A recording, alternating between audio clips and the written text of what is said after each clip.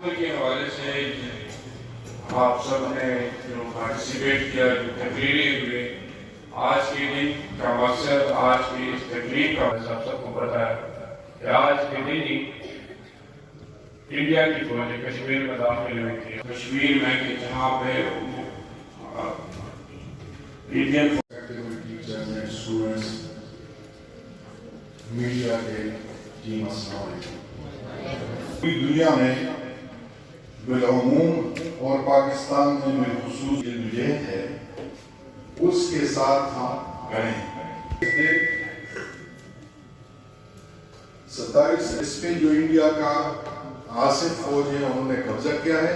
रहमान साहब assistant additional assistant commissioner साहब से भी दरख्वास्त करता हूँ कि वो भी इस प्रोग्राम में बच्चों के तकरीर के जरिए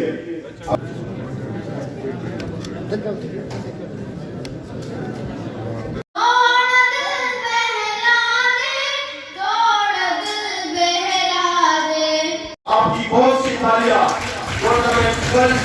स्कूल, आपकी बहुत सी तालियां फातिमा, मानूर और आयशा की। जन्नत में